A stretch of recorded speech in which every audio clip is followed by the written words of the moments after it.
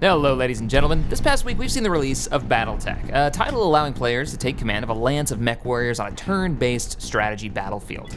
Not only that, but you play as a group of mercenaries, much like my favorite MechWarrior title from the past, picking and choosing jobs, weighing out risk versus reward, and customizing your death-dealing behemoth to the task at hand. This has had me more than once, maybe even during a live stream, wishing for a cooperative MechWarrior title that had myself and a few of my closest friends all working as a lance together to make that bank and customize our own mechs. That's right, I hadn't heard anything about MechWarrior 5 Mercenaries. It had completely flown under my radar until I had mentioned what I was looking for in a MechWarrior title, and the stream came to my rescue saying, Shaq, check out MechWarrior 5. So here's why I am stupidly pumped for this title now. It's gonna be 4-player co-op. It's going to have the customization we can expect from a MechWarrior title. It's got that Mercenaries gameplay of traveling the universe, taking on missions, and balancing that risk versus reward. It's got destructible terrain, that's a thing. And on top of all that, it's actually got a really cool rendered out hangar that shows your mechs and missions and actually deploying from the dropship.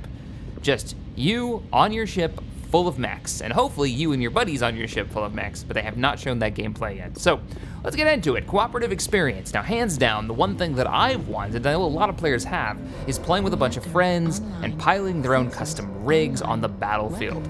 I personally love myself a light mech, all that speed and harassment, or maybe my fully kitted out catapult full of LRMs lobbing death from the sky, while my buddy's in a scout mech on the other side of the map designating targets. That stuff is fun. Having that cooperative gameplay element will bring it all home, allowing us to do just that.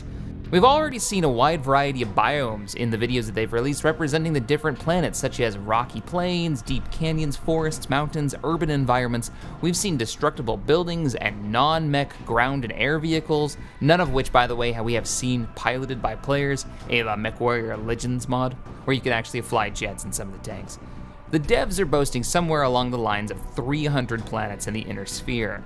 They chose going with MechWarrior 5 Mercenaries over just MechWarrior 5 so they could give players what they wanted, a sandbox experience of commanding your own merc group. For those unaware, the MechWarrior games without the Mercenaries tag were always these linear, story-focused games, unlike the Mercenary ones where you could basically go where you want and take the missions that you want. I always found them far more enjoyable.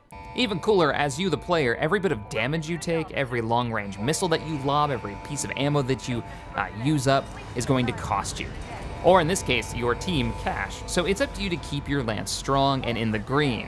As you take on missions with different houses, you actually gain rank and faction standing with them. As time passes, the political environment will actually change and shift based on the lore.